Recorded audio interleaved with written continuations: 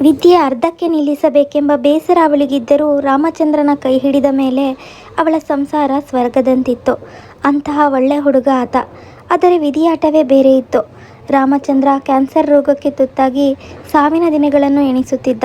ಗಂಡನೇ ಸರ್ವಸ್ವವೂ ಆಗಿದ್ದ ಪ್ರಮೀಳೆಗೆ ಅವರ ಪ್ರೀತಿಯ ಗುರುತಾಗಿದ್ದ 8 ವರ್ಷದ ಮಗನ ಗೋಪಾಲನ ಜವಾಬ್ದಾರಿ ಒಂಟಿಯಾಗಿ ಹೇಗೆ ನಿಭಾಯಿಸ್ತಾಳೆ.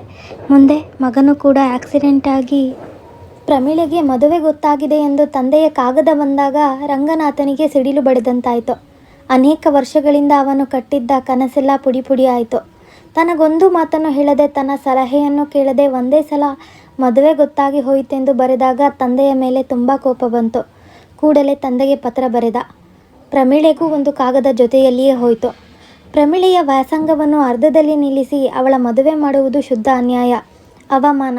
ಮೊದಲಿನಿಂದಲೂ ಅವಳು ಎಷ್ಟು ಬುದ್ಧಿವಂತೆ ಎಂಬುದು ನಿಮಗೆ ಗೊತ್ತಿದೆ. ಅವಳು ಹೀಗೆಯೇ ವ್ಯಾಸಂಗ ಮುಂದುವರೆಸಿದರೆ ಹೆಸರಾಂತ ಗಣಿತಶಾಸ್ತ್ರಜ್ಞಳಾಗುತ್ತಾಳೆಂದು ಅವಳ ಪ್ರೊಫೆಸರ್ಗಳೇ ಹೇಳಿಲ್ಲವೇ? ಅಂತಹುದರಲ್ಲಿ ಇದು ಅವಳಿಗೆ ಎಷ್ಟು ಮಾತ್ರವೂ ಹೊಂದಿಕೆಯಾಗದವನೊಡನೆ ಮದುವೆ ಮಾಡಿ ಅವಳಿಗೆ ಅನ್ಯಾಯ ಮಾಡುವುದರ ಜೊತೆಗೆ ಗಣಿತಕ್ಕೂ ತುಂಬ ಅನ್ಯಾಯ ಮಾಡಿದಂತೆ. ಈ ಮದುವೆ ಖಂಡಿತ ಮಾಡಬೇಡಿ. ಪ್ರಮೀಳೆ ಮದುವೆಗೆ ಒಪ್ಪಿದ್ದಾಳೆಯೇ? ನಿಮಗೆ ನಂಬಿಕೆ ಇಲ್ಲವೇ? ನಾನು ಪ್ರಮೀಳೆಯನ್ನು ನನ್ನ ಮಗುವಿನಂತೆ ನೋಡಿಕೊಳ್ಳುತ್ತೇನೆ. ಈಗಲೂ ಮದುವೆಯನ್ನು ನಿಲ್ಲಿಸಿಬಿಡಿ. ಈ ಒಕ್ಕಣೆಯನ್ನು ನೋಡಿ ಅವಳ ತಂದೆ ನಕ್ಕು ಬಿಟ್ಟರು. ಮಗು, ನಿನಗೆ ಪ್ರಮೀಳೆಯನ್ನು ಕಂಡರೆ ತುಂಬ ಪ್ರೀತಿ ಇದೆ ಎಂದು ನನಗೆ ಗೊತ್ತು.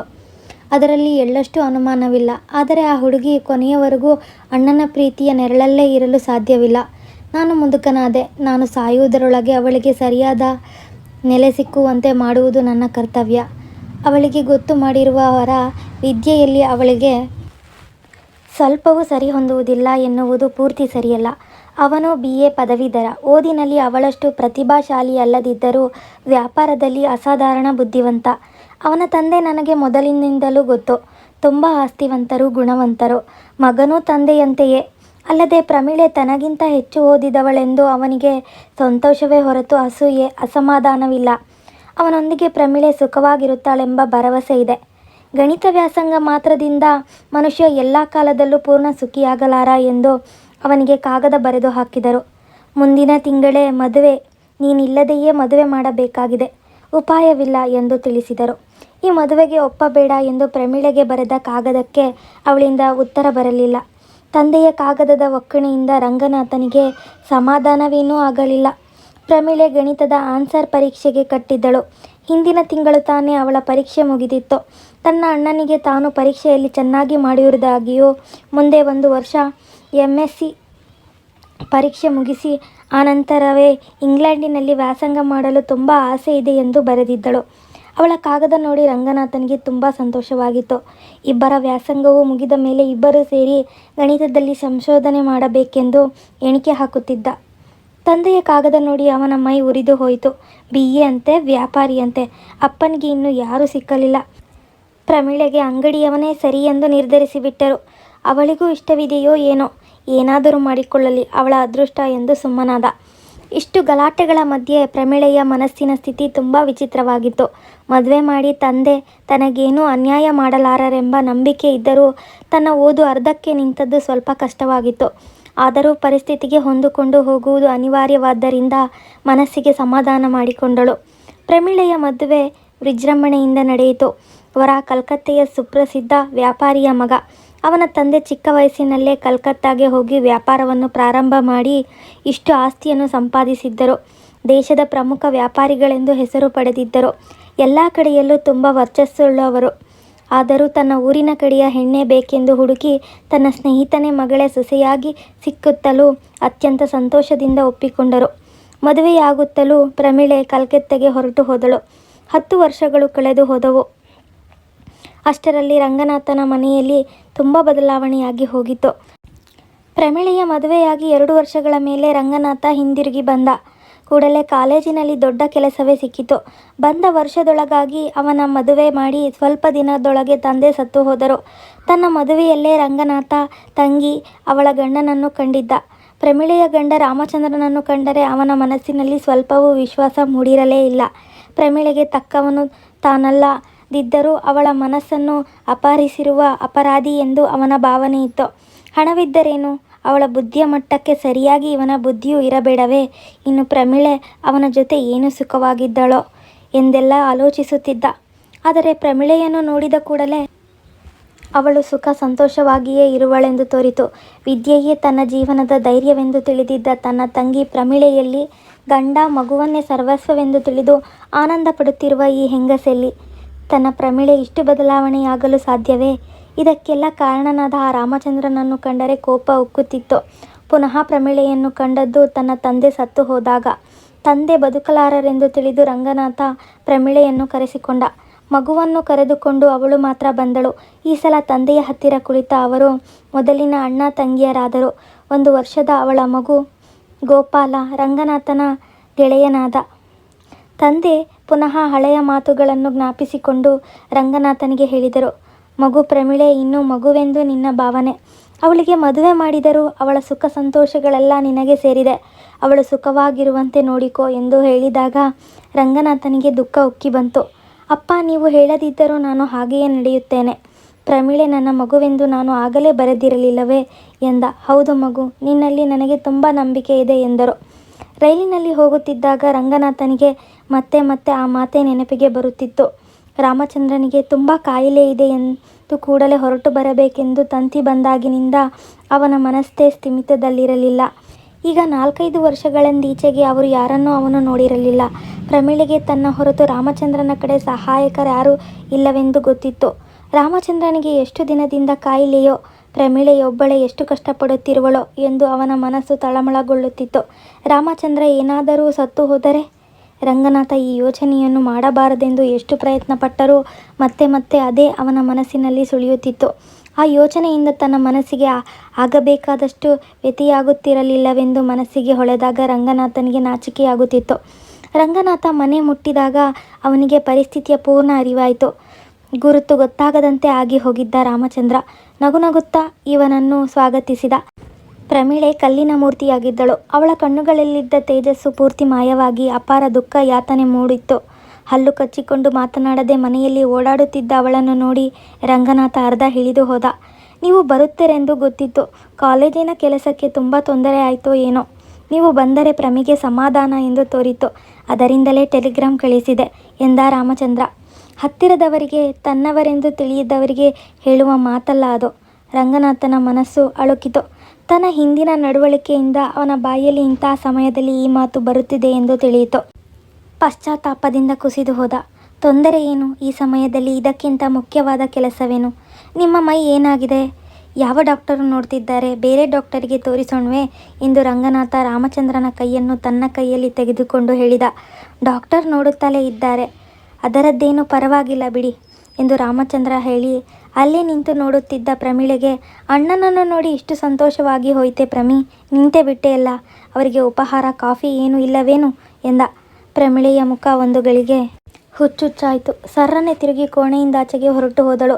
ಆ ಬಾಗಿಲು ಹಾಕಿ ಬಿಡಿ ಮತ್ತೆ, ರಾಮಚಂದ್ರ ಹೇಳಿದ. ರಂಗನಾಥ ಬಾಗಿಲು ಹಾಕಿ ಬಂದು ಹಾಸಿಗೆಯ ಮೇಲೆ ಅವನ ಪಕ್ಕದಲ್ಲೇ ಕುಳಿತ. ಕ್ಯಾನ್ಸರ್ ಅಂತೆ, ತುಂಬ ಉಲ್ಬಣವಾಗಿದೆ ಎಂದು ಡಾಕ್ಟರುಗಳು. ಆಯಿತು, ಬದುಕುವ ಭರವಸೆ ಬಿಟ್ಟಾಯಿತು. ಕೆಲವು ದಿನಗಳು ಅಷ್ಟೇ, ಅದಕ್ಕೆ ನಿಮ್ಮನ್ನು ಕರೆಸಿದೆ. ರಂಗನಾಥನ ಎದೆ ಹೊಡೆದುಕೊಳ್ಳಲಾರಂಭಿಸಿತು. ಹಾಗೆಂದರೇನು? ಇನ್ನು ದೊಡ್ಡ ಡಾಕ್ಟರುಗಳ ಸಲಹೆ ಕೇಳಿ ನೋಡೋಣ. ಈಗಲೇ ನಿರಾಶೆಗೊಂಡರೆ ಹೇಗೆ? ರಾಮಚಂದ್ರ ಅಲ್ಲೇ ತಡೆದು ಹೇಳಿದ. ಅದರಿಂದೇನೂ ಉಪಯೋಗವಿಲ್ಲ. ಪ್ರಮೀಳೆ ಏನು ಸುಮ್ಮನೆ ಇದ್ದಾಳೆ ಎಂದುಕೊಂಡಿದ್ದೀರಾ? ಎಲ್ಲ ಮಾಡಿ ಅವಳೇ ಆಸೆ ಬಿಟ್ಟಿದ್ದಾಳೆ. ಆದರೆ ಈಗ ಆ ವಿಷಯವಲ್ಲ. ಸಾಯಲೇಬೇಕು ಎಂದು ದೇವರ ಇಷ್ಟದಲ್ಲಿದ್ದರೆ ಸತ್ತು ಹೋದರಾಯಿತು. ಆದರೆ ಬದುಕಿರುವವರದ್ದೇ ನನಗೆ ಯೋಚನೆ. ರಂಗನಾಥ ತಾನು ಬಂದಾಗ ನೋಡಿದಾಗಿನ ರಾಮಚಂದ್ರನ ನಗು ಮುಖ ಇದಾಗಿರಲಿಲ್ಲ. ದುಃಖದಿಂದ ಮುಖ ಕಂಗೆಟ್ಟಿತ್ತು. ಕಣ್ಣು ಒದ್ದೆಯಾದಂತೆ ತೋರಿತು. ರಾಮಚಂದ್ರ ನಿಧಾನವಾಗಿ ಹೇಳತೊಡಗಿದ. ಗೋಪು ಚಿಕ್ಕ ಹುಡುಗ, ಇನ್ನೂ 8 ವರ್ಷದ ಮಗು. ಮರೆತು ಬಿಡುತ್ತಾನೆ. ಅವನ ಓದಿನ ಎಲ್ಲದಕ್ಕೂ ಬೇಕಾದಷ್ಟು ಹಣವಿದೆ. ನೋಡಿಕೊಳ್ಳುವುದಕ್ಕೆ ಪ್ರಮಿ, ನೀವು ಎಲ್ಲರೂ ಇದ್ದೀರಿ. ಆದರೆ ಪ್ರಮಿ, ಅವಳಿಗೆ ನಾನಿಲ್ಲದೆ ಬದುಕಿರುವುದು ಕಷ್ಟ. ಅವಳದೇ ಯೋಚನೆ ನನಗೆ. ರಂಗನಾಥನಿಗೆ ಏನು ಹೇಳಲು ತೋಚದೆ ಹೋಯಿತು. ನಿಮಗೇನು ಆಗಲಾರದು, ಹೆದರಬೇಡಿ. ಆದರೂ ನಿಮ್ಮ ಸಮಾಧಾನಕ್ಕಾಗಿ ಹೇಳುತ್ತೇನೆ. ಗೋಪುವಿನ ವಿಷಯ ನೀವು ಹೇಳಿದ್ದು ಪೂರ್ತಿ ಸರಿ. ನನಗೂ ಮಕ್ಕಳಿಲ್ಲ. ಅವನನ್ನು ನಾನು ನೋಡಿಕೊಳ್ಳುತ್ತೇನೆ. ಪ್ರಮಿಯನ್ನು ನಾನೇ ನೋಡಿಕೊಳ್ಳುತ್ತೇನೆ. ಒಂದು ವಿಧದಲ್ಲಿ ಪ್ರಮೀಳೆಯ ಮೊದಲಿರುವ ಹಕ್ಕು ಗೋಪುವಿನ ಮೇಲಿರುವುದಕ್ಕಿಂತ ಹೆಚ್ಚಾಗಿದೆ. ನನ್ನ ತಂದೆಗೆ ನಾನು ಮಾತು ಕೊಟ್ಟಿದ್ದೇನೆ, ಪ್ರಮೀಳೆಯನ್ನು ನನ್ನ ಮಗುವಿನಂತೆ ನೋಡಿಕೊಳ್ಳುತ್ತೇನೆಂದು. ನೀವೇನು ಖಂಡಿತ ಯೋಚಿಸಬೇಡಿ. ಪ್ರಮೀಳೆ ಗೋಪು ನನಗೆ ಹೊರಗಿನವರಲ್ಲ. ರಾಮಚಂದ್ರ ನಿಟ್ಟುಸಿರು ಬಿಟ್ಟು ಹೇಳಿದ. ನೀವು ಅವರಿಬ್ಬರನ್ನು ನೋಡಿಕೊಳ್ಳುತ್ತೀರಿ ನಿಜ, ಆದರೆ ಪ್ರಮೀಳೆಯನ್ನು ಸಂತೋಷವಾಗಿಟ್ಟುಕೊಳ್ಳಬಲ್ಲಿರಾ? ಅದೇ ನನಗೆ ಅನುಮಾನ. ನನ್ನ ಜೀವ ನಿಶ್ಚಯವಲ್ಲವೆಂದು ತಿಳಿದ ಕ್ಷಣದಿಂದ ಪ್ರಮಿಯ ಮುಖದಲ್ಲಿ ನಗುವನ್ನು ಕಂಡಿಲ್ಲ ನಾನು. ಯಾವಾಗಲೂ ನಸುನಗುತ್ತಾ ಇರುತ್ತಿದ್ದ ಮುಖ ಮುದುರಿ ಹೋಗಿದೆ. ನಾನು ಪ್ರಮಿಯನ್ನು ಅಗಲಿ ಹೋಗಲಾರೆ. ಅದನ್ನು ನೆನೆದಾಗಲೆಲ್ಲ ಸಂಕಟ ಉಕ್ಕುತ್ತಿದೆ. ಅವಳ ಮನಸ್ಸಿನಲ್ಲಿ ಪ್ರತಿ ಗಳಿಗೆಯೂ ಏನಾಗುತ್ತಿರುತ್ತದೆ ಎಂಬುದು ಗೊತ್ತು. ಆದರೂ ನನ್ನ ದುಃಖವನ್ನು ಅವಳ ಎದುರು ತೋರಿಸಲಾರದೇ ಇದ್ದೇನೆ. ಮನಸ್ಸಿನಲ್ಲಿ ಉರಿ ಏಳುತ್ತಿದ್ದರೂ ಮೇಲೆ ನಗುತ್ತಾ ಇರುತ್ತೇನೆ. ಆದರೂ ಪ್ರಮಿಯ ನಗು ಮುಖವನ್ನು ಒಂದು ಸಲವೂ ನೋಡಲು ಸಾಧ್ಯವಾಗಲಿಲ್ಲ. ಆದರೂ ಅವಳು ನನ್ನೆದುರು ಅಳುವುದಿಲ್ಲ. ತನ್ನೆಲ್ಲ ಸಂಕಟ ದುಃಖವನ್ನು ಹೃದಯದಲ್ಲೇ ಬಚ್ಚಿಟ್ಟು ಬೇಯುತ್ತಿದ್ದಾಳೆ. ಅವಳಿಗೆ ಗೊತ್ತು, ಅವಳ ಕಣ್ಣಲ್ಲಿ ನೀರು ಕಂಡ ದಿನ ನನ್ನ ಜೀವ ಹಾರು ಹೋಗುತ್ತದೆಂದು. ರಾಮಚಂದ್ರನ ಕಣ್ಣುಗಳಲ್ಲಿ ನೀರು ಹರಿಯುತ್ತಿತ್ತು. ರಂಗನಾಥನು ನೀರವವಾಗಿ ಅಳುತ್ತಿದ್ದ. ರಾಮಚಂದ್ರ ಪುನಃ ಹೇಳತೊಡಗಿದ. ಪ್ರಮಿ ನಗುತ್ತಾ ಇರುವಂತೆ ಇಟ್ಟುಕೊಳ್ಳಿ. ಅಷ್ಟೇ ನಾನು ನಿಮ್ಮನ್ನು ಕೇಳುವುದು. ಮಿಕ್ಕ ಎಲ್ಲ ಹಣಕಾಸಿನ ವಿಚಾರ ಎಲ್ಲವನ್ನೂ ನಿಮಗೆ ಒಪ್ಪಿಸಿ ಹೋಗುತ್ತೇನೆ. ಅದರ ಏರ್ಪಾಡೆಲ್ಲ ಆಗಿ ಹೋಗಿದೆ. ಅದನ್ನು ಹೇಳುವುದಕ್ಕೆ ಕರೆಸಿಕೊಂಡೆ. ಪ್ರಮಿಗೆ ಇನ್ನು ಮೇಲೆ ಯಾವುದರಿಂದಲಾದರೂ ಸಂತೋಷವಾಗುವುದಿದ್ದ ಪಕ್ಷದಲ್ಲಿ ಅದು ವಿದ್ಯೆಯಿಂದ. ನನ್ನನ್ನು ಮದುವೆಯಾಗುವುದಕ್ಕೆ ಮುಂಚೆ ಅವಳಿಗೆ ತನ್ನ ವಿದ್ಯೆಯನ್ನು ಮುಂದುವರಿಸಬೇಕೆಂದು ತುಂಬ ಇಷ್ಟವಿದ್ದಂತೆ ಅವಳ ನನಗೆ ಹೇಳಿದ್ದಳು. ಈಗ ನೀವು ಅದಕ್ಕೆ ಅವಳಿಗೆ ಅವಕಾಶ ಕೊಟ್ಟು ಅವಳನ್ನು ಸಂತೋಷವಾಗಿರುವಂತೆ ನೋಡಿಕೊಳ್ಳಿ. ಇನ್ನು ಸಾಕು. ಪ್ರಮಿ ನಿಮಗೆ ತಿಂಡಿ ತರಬಹುದು. ಅವಳಿಗೆ ಇವು ಯಾವ ಮಾತು ಕೇಳಿಸಬಾರದು. ಅವಳು ಒಂದು ತರಹದ ಸ್ವಭಾವದ ಹುಡುಗಿ. ಡಾಕ್ಟರುಗಳೊಂದಿಗೆ ಮಾತನಾಡಿದ ಮೇಲೆ ರಂಗನಾಥನಿಗೆ ರಾಮಚಂದ್ರ ಹೇಳಿದ್ದು ನಿಜ ಎಂದು ಎನಿಸಿತು. ಒಂದೇ ವಾರದೊಳಗೆ ರಾಮಚಂದ್ರ ಎಲ್ಲರನ್ನೂ ಅಗಲಿ ಹೊರಟು ಹೋದ. ಪ್ರಮೀಳೆ ಗೋಪಾಲನನ್ನು ಕರೆದುಕೊಂಡು ರಂಗನಾಥನ ಊರಿಗೆ ಹೊರಟಳು. ಮೌನದ ಮೂರ್ತಿಯಾಗಿದ್ದ ಪ್ರಮೀಳೆಯನ್ನು ನೋಡಿದರೆ ರಂಗನಾಥನಿಗೆ ಹೆದರಿಕೆಯಾಗುತ್ತಿತ್ತು. ಎಲ್ಲಿ ಅವಳು ಜೀವಕ್ಕೆ ಅಪಾಯ ಮಾಡಿಕೊಳ್ಳುತ್ತಾಳೋ ಎಂದು ಎಡಬಿಡದೆ ಕಾವಲು ಕಾಯಲು ಆರಂಭಿಸಿದ. ಅವನ ಭಯ ಪ್ರಮೀಳೆಗೆ ಅರ್ಥವಾಗಿ, ನಾನೇನು ಮಾಡಿಕೊಳ್ಳುವುದಿಲ್ಲ ಅಣ್ಣ, ನೀನು ನಿಶ್ಚಿಂತನಾಗಿರು ಹಾಗೆಂದು ಅವರಿಗೆ ನಾನು ಮಾತು ಕೊಟ್ಟಿದ್ದೇನೆ ಎಂದಳು. ಮನೆಗೆ ಹಿಂದಿರುಗಿದ ಮೇಲೂ ಇದೇ ಕಥೆಯಾಯಿತು. ಗೋಪಾಲನೇನೋ ಹೊಸ ವಾತಾವರಣಕ್ಕೆ ಬೇಗ ಹೊಂದಿಕೊಂಡ. ಅತ್ತೆಯ ಪ್ರೀತಿಯಲ್ಲಿ ಅಮ್ಮನೂ ಅಷ್ಟು ಬೇಕೆಂದು ಅನ್ನಿಸುತ್ತಿರಲಿಲ್ಲ. ಪಾಠ, ಸ್ನೇಹಿತರು, ಆಟ ಇವುಗಳ ಮಧ್ಯೆ ಗೋಪಾಲ ಹೊಸ ಸ್ಥಳಕ್ಕೆ ಒಗ್ಗಿ ಹೋದ. ಆದರೆ ಪ್ರಮೀಳೆ ಮಾತ್ರ ಮೊದಲಿನಂತೆಯೇ ದುಃಖಿಯಾಗಿದ್ದಳು. ಅತ್ತರಾದರೂ ಮನಸ್ಸು ಹಗುರವಾದೀತೆಂದು ರಂಗನಾಥ ಯೋಚಿಸಿದರೆ ಅವಳ ಕಣ್ಣಲ್ಲಿ ನೀರೇ ಬರುತ್ತಿರಲಿಲ್ಲ. ಯಾವ ವಿಷಯದಲ್ಲೂ ಆಸಕ್ತಿ ಇಲ್ಲದೆ ತಿರುಗಾಡುತ್ತಿದ್ದ ಪ್ರಮೀಳೆಯನ್ನು ನೋಡಿದರೆ ರಂಗನಾಥನಿಗೆ ಇವಳು ಹೀಗೆಯೇ ಒಂದು ದಿನ ಕರಗಿ ಹೋಗುವಳೆಂದು ಅನ್ನಿಸುತ್ತಿತ್ತು. ಇನ್ನು ಅವಳೊಂದಿಗೆ ಗಣಿತದ ಪಾಠವನ್ನು ಮುಂದುವರಿಸು ಎಂದು ಹೇಳಲು ಅವನಿಗೆ ಸಾಹಸವೇ ಆಗಿತ್ತು. ಹೀಗೆಯೇ ಅನೇಕ ದಿನಗಳು ಕಳೆದು ಹೋದವು. ಒಂದು ದಿನ ರಂಗನಾಥ ಮೈಗೆ ಸರಿಯಿಲ್ಲವೆಂದು ಮನೆಗೆ ಬೇಗ ಬಂದವನು ಹೆಂಡತಿ ಸರಸ್ವತಿಗೆ ಕೂಡಲೇ ಒಂದು ಕೋಣೆಯನ್ನು ಸಿದ್ಧ ಮಾಡಲು ಹೇಳಿದ. ಆನರ್ಸ್ ತರಗತಿಯ ಹುಡುಗರಿಗೆ ಪಾಠ ಹೇಳುವುದಿತ್ತೆಂದು 4 ಗಂಟೆಯವರೆಗೂ ಕಾಲೇಜಿನಲ್ಲಿ ಅದಕ್ಕಾಗಿ ಕಾಯಲು ಮೈ ಸರಿಯಿಲ್ಲದ್ದರಿಂದ ಮನೆಗೆ ಆ ಹುಡುಗರನ್ನು ಬರುವುದಾಗಿಯೂ ಹೇಳಿದ. ಆ ಕೋಣೆಯ ಪಕ್ಕದ ಕೋಣೆಯೇ ಪ್ರಮಿಯ ಕೋಣೆ. ಪಕ್ಕದ ಕೋಣೆಯಿಂದ ಅಣ್ಣನ ಮಾತು ಒಂದೇ ಸಮನೆ ಕೇಳಿ ಬರುತ್ತಿತ್ತು. ಕಲಿತು ಮರೆತ ವಿಷಯಗಳು ಕಿವಿಯ ಮೇಲೆ ಬಿದ್ದಂತೆಲ್ಲ ಏನೋ ಹಳೆಯ ಜ್ಞಾಪಕಗಳು ಕೆರಳುತ್ತಿದ್ದವು. ಮೊದಲಿನಂತೆ ಸುಲಭವಾಗಿ ಅರ್ಥವಾಗದೆ ಹೆಚ್ಚು ಜಟಿಲವಾದ ಸಮಸ್ಯೆಗಳಂತೆ ಕಂಡವು. ಆದರೂ ಸಂಪೂರ್ಣ ಹೊಸ ವಿಷಯದಂತಿರದೆ ಎಂದೋ ಗೊತ್ತಿದ್ದ ವಿಷಯಗಳು ಇವು ಎಂದು ಮನಸ್ಸಿಗೆ ತೋರುತ್ತಿತ್ತು. ಪ್ರಮೀಳೆಯ ಮನಸ್ಸಿಗೆ ಸ್ವಲ್ಪ ಅಸಮಾಧಾನವು. ಆನರ್ಸ್ ತರಗತಿಯ ಪಾಠ ಎಂದರೆ ತಾನು ಕಲಿಯುತ್ತಿದ್ದದ್ದೇ ಇದು.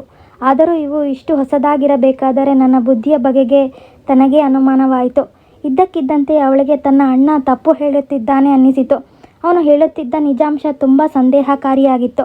ಆದರೆ ಕೇಳುತ್ತಿದ್ದ ಹುಡುಗರು ಒಬ್ಬರೂ ಅದನ್ನು ಪ್ರತಿಭಟಿಸದೆ ಕೇಳುತ್ತಲೇ ಇದ್ದರು.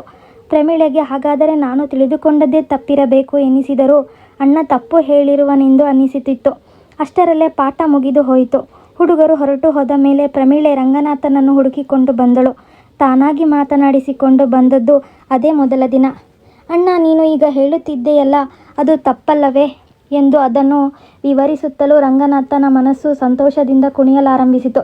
ಸಂತೋಷವನ್ನು ಅದುಮಿ ಹಿಡಿದು ಹೇಳಿದ, ನಾನು ಹಾಗೆ ಹೇಳಿದ್ದೇನೆ. ಹಾಗೆ ಹೇಳಿದ್ದ ಪಕ್ಷದಲ್ಲಿ ಅದು ತಪ್ಪು. ಆದರೆ ಆ ಹುಡುಗರು ಶುದ್ಧ ಪೆದ್ದುಗಳು. ಸುಮ್ಮನೆ ಹೂಗುಟ್ಟುತ್ತಾ ಕುಳಿತಿದ್ದರು. ನೋಡು ಪ್ರಮಿ, ಎಷ್ಟು ವರ್ಷದ ಮೇಲೆ ನಿನಗೂ ಅದು ಗೊತ್ತಾಗುತ್ತದೆ. ಈಗ ಕಲಿಯುತ್ತಿರೋ ಹುಡುಗರಿಗೆ ಸ್ವಲ್ಪವೂ ಅದರ ಮೇಲೆ ನಿಗವಿಲ್ಲ. ಕಾಲ ಕೆಟ್ಟು ಹೋಯಿತು ಎಂದೆಲ್ಲ ಹಾರಾಡಿದ. ಹೀಗೆ ಕೆಲವು ಪಾಠಗಳನ್ನು ಕೇಳಿದ ಮೇಲೆ ಪ್ರಮೀಳೆಗೂ ಪುನಃ ಅದನ್ನೆಲ್ಲ ತಾನು ಓದಿದ್ದರಾಗದೆ ಅನ್ನಿಸುತ್ತಿತ್ತು. ಅದಕ್ಕೆ ಸರಿಯಾಗಿ ರಂಗನಾಥ ಒಂದು ದಿನ ಅದನ್ನೇ ಸೂಚಿಸುತ್ತಲೂ ಪ್ರಮೀಳೆ ಒಪ್ಪಿಕೊಂಡಳು. ಓದಲು ಪ್ರಾರಂಭ ಮಾಡಿದ ಮೇಲೆ ಪ್ರಮೀಳೆಗೆ ಬೇಸರವಾಯಿತು. ತಾನು ಆನರ್ಸ್ ತರಗತಿಯಲ್ಲಿ ಏನೇನು ಪರೀಕ್ಷೆಗಾಗಿ ಓದಿದ್ದಳೋ ಅದನ್ನೇ ಈಗಲೂ 10 ವರ್ಷದ ಮೇಲೂ ಓದಬೇಕು. ಗಣಿತಶಾಸ್ತ್ರ ಏನೂ ಬೆಳೆಯುತ್ತಲೇ ಇಲ್ಲವೇ? ಅವಳ ಅಣ್ಣ ಅದಕ್ಕೂ ಪರಿಹಾರ ಹೇಳಿದ. ಸುಮ್ಮನೆ MSc ಪರೀಕ್ಷೆಗೆ ಕುಳಿತು ಬಿಡು ಪ್ರಮಿ, ನಾನೆಲ್ಲ ಹೇಳಿಕೊಡುತ್ತೇನೆ. ನಿನಗೂ ಕಷ್ಟವಾಗಲಾರದು. ಮುಂದೆ ನಿನಗೆ ಯಾವ ಭಾಗ ಗಣಿತದಲ್ಲಿ ಇಷ್ಟವೋ ಅದರಲ್ಲಿ ಸಂಶೋಧನೆ ನಡೆಸಬಹುದು ಎಂದ. ಸ್ವಲ್ಪ ಹಿಂದು ಮುಂದು ನೋಡಿ ಪ್ರಮೀಳೆ ಒಪ್ಪಿಕೊಂಡಳು. ಗೋಪಾಲನ ಪಾಲನೆ ಪೋಷಣೆಗಳನ್ನು ಸಂಪೂರ್ಣವಾಗಿ ಸರಸ್ವತಿಯೇ ನೋಡಿಕೊಳ್ಳುತ್ತಿದ್ದರಿಂದ ಅವಳಿಗೆ ಕೆಲಸವೇ ಇಲ್ಲದೆ ಬೇಸರವಾಗಿತ್ತು. ಸಮಯ ಬಹಳ ಇತ್ತು. ಆದ್ದರಿಂದಲೇ ಓದತೊಡಗಿದಳು. ರಂಗನಾಥ ತನಗೆ ಗೆಲುವು ದೊರಕಿತೆಂದುಕೊಂಡರೂ ತಾನು ಪೂರ್ತಿ ಸಫಲನಾಗಲಿಲ್ಲವೆಂದು, ಆಗುವುದು ಎಂದೆಂದಿಗೂ ಸಾಧ್ಯವಿಲ್ಲವೆಂಬುದನ್ನು ಮನಗಂಡ.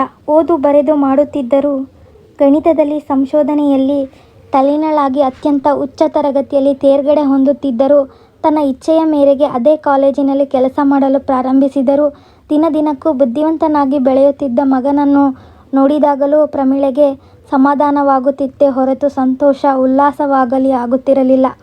ಇವುಗಳಲ್ಲಿ ಸಂತೋಷವನ್ನು ಕಾಣುತ್ತಿದ್ದ ಅವನ ಪ್ರಮೀಳೆ ಪೂರ್ತಿ ಸತ್ತು ಹೋಗಿದ್ದಳು. ಈ ಹೃದಯವಿಲ್ಲದ ಪ್ರಮೀಳೆಯಲ್ಲಿ ಮೆದುಳು, ಅದರಲ್ಲಿದ್ದ ಅವಳ ಪ್ರತಿಭೆ ಮಾತ್ರ ಉಳಿದಿತ್ತು.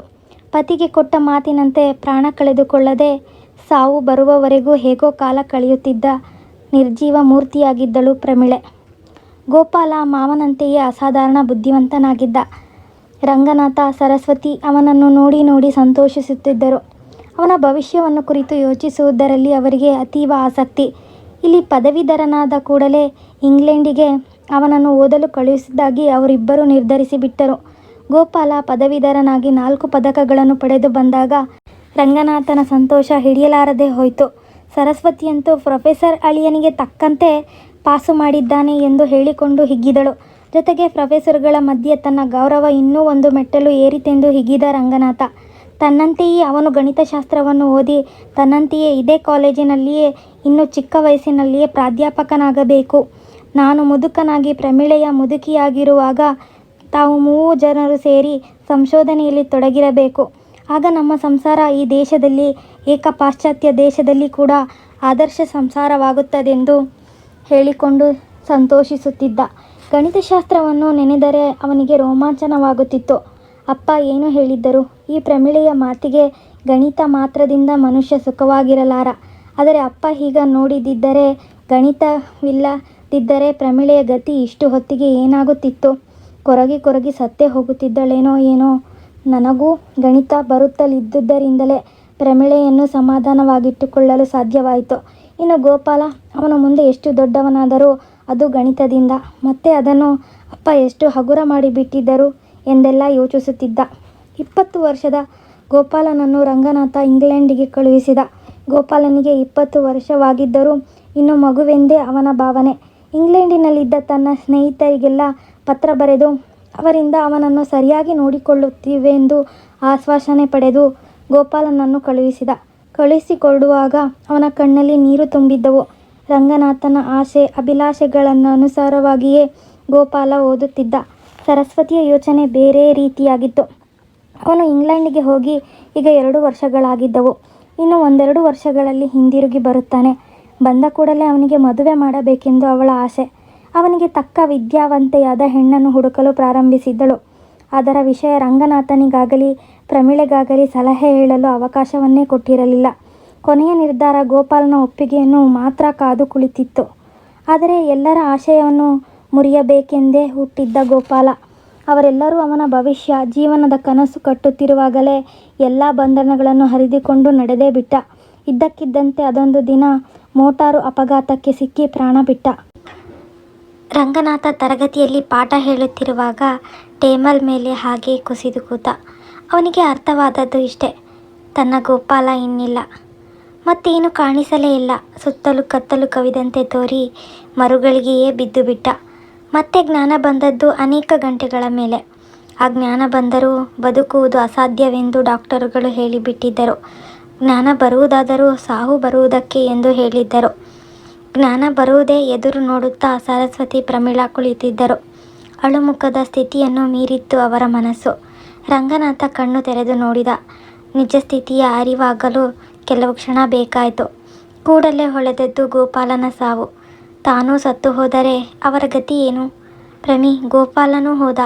ನಾನು ಹೋಗುತ್ತೇನೆ. ನಿಮ್ಮಿಬ್ಬರು ಏನು ಮಾಡುತ್ತೀರಿ, ಹೇಗಿರುತ್ತೀರಿ ಎಂದು ಮೆಲ್ಲನೆ ಕೇಳಿದ. ಪ್ರಮೀಳಾ ದೃಢವಾದ ಸ್ವರದಲ್ಲಿ ಹೇಳಿದಳು, ದೇವರ ಇಷ್ಟ ಆಗಿದೆ ಅಣ್ಣ, ನೀನು ಯೋಚನೆ ಮಾಡಬೇಡ.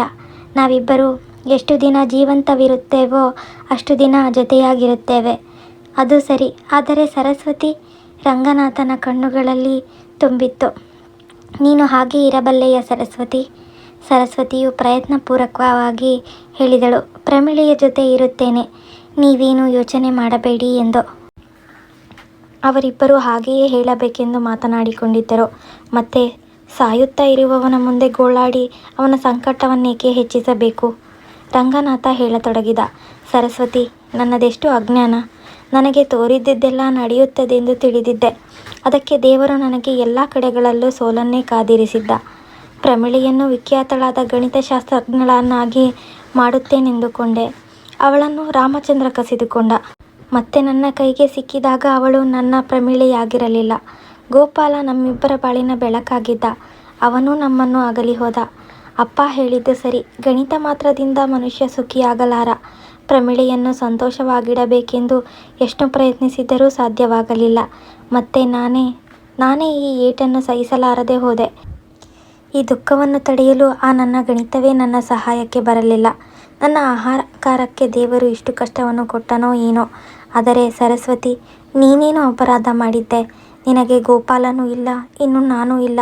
ನಿನಗೆ ಸಹಿಸಲು ಸಾಧ್ಯವೇ ಹೇಳು? ಸರಸ್ವತಿ ಮತ್ತೆ ಹೇಳಿದಳು. ಅವಳ ಸಮಾಧಾನದ ಧ್ವನಿ ಅವಳಿಗೆ ಆಶ್ಚರ್ಯವನ್ನುಂಟು ಮಾಡಿತ್ತು. ಪ್ರಮೀಳೆ ಇಷ್ಟು ವರ್ಷಗಳಿಂದ ಬದುಕಿದ್ದಾಳೆ. ಅವಳು ಗಂಡನನ್ನು ಕಳೆದುಕೊಂಡಳು, ಮಗನೂ ಹೋದ. ಈಗ ಅಣ್ಣನನ್ನು ಕಳೆದುಕೊಳ್ಳುತ್ತಿಲ್ಲವೇ? ನಾವಿಬ್ಬರು ಜೊತೆಯಾಗಿ ಹೀಗೂ ಕಾಲ ಕಳೆಯುತ್ತೇವೆ. ನೀವು ಖಂಡಿತ ಸಂಕಟ ಪಡಬೇಡಿ. ರಂಗನಾಥ ಪ್ರಮೀಳೆಯ ಕೈ ಹಿಡಿದುಕೊಂಡು ಹೇಳಿದ. ಕ್ಷಮಿಸು ಪ್ರಮೀಳಾ, ನಿನ್ನನ್ನು ಯಾವ ಪ್ರಯತ್ನಗಳಿಂದಲೂ ಸಂತೋಷಪಡಿಸಲಾರದೆ ಹೋದಾಗ ರಾಮಚಂದ್ರನ ಮೇಲೆ ಕೋಪಗೊಂಡಿದ್ದೆ. ಆದರೆ ಈಗ ಗೋಪಾಲನನ್ನು ಪ್ರೀತಿಸಿ ಅವನನ್ನು ಕಳೆದುಕೊಂಡಾಗ ಪ್ರೀತಿ ಎಂಬುದೇನು ಎಂದು ಗೊತ್ತಾಯಿತು ಎಂದು ಹೇಳಿ ಕೊನೆಯುಸಿರೆಳೆದ ರಂಗನಾಥ. ಮುಂದೆಯೂ ಪ್ರಮೀಳೆ ಪ್ರೊಫೆಸರ್ ಕೆಲಸವನ್ನು ಮುಂದುವರಿಸಿಕೊಂಡೇ ಇದ್ದಳು. ಕಲ್ಲಿನ ಮೂರ್ತಿಗಳಂತೆ ಇಬ್ಬರು ಹೆಂಗಸರು ಆ ದೊಡ್ಡ ಮನೆಯಲ್ಲಿಯೇ ಕ್ಷಣ ಕ್ಷಣಕ್ಕೂ ಗೋಪಾಲ ರಂಗನಾಥನ ನೆನಪು ಕೊಡುತ್ತಿದ್ದ ಆ ಮನೆಯಲ್ಲಿಯೇ ತಮ್ಮ ಬಾಳುವೆಯನ್ನು ಕಳೆಯುತ್ತಿದ್ದರು. ಪ್ರಮೀಳೆ ಹೊರಗೆ ದುಡಿಯುತ್ತಿದ್ದಳು, ಸರಸ್ವತಿ ಮನೆಯಲ್ಲಿ ದುಡಿಯುತ್ತಿದ್ದಳು. ಆ ಎರಡೂ ಜೀವಗಳು ದಿನಗಳನ್ನೆಣಿಸುತ್ತಾ ಬದುಕುತ್ತಿದ್ದವು. ಈ ಕತೆ ನಿಮಗೆ ಇಷ್ಟವಾಗಿದ್ದರೆ ದಯವಿಟ್ಟು ಲೈಕ್ ಕೊಡಿ, ಹಾಗೆ ಸಬ್ಸ್ಕ್ರೈಬ್ ಮಾಡ್ಕೊಳ್ಳಿ. ಇಂತಹದ್ದೇ ಸಾಂಸಾರಿಕ ಕಥೆಗಳನ್ನು ಮತ್ತಷ್ಟು ಕೇಳಬೇಕು ಅಂದ್ಕೊಂಡಿದ್ರೆ ಕಥೆಯೊಂದು ಹೇಳುವೆ ಚಾನಲ್ನ ಸಬ್ಸ್ಕ್ರೈಬ್ ಮಾಡ್ಕೊಳ್ಳಿ. ಧನ್ಯವಾದಗಳು.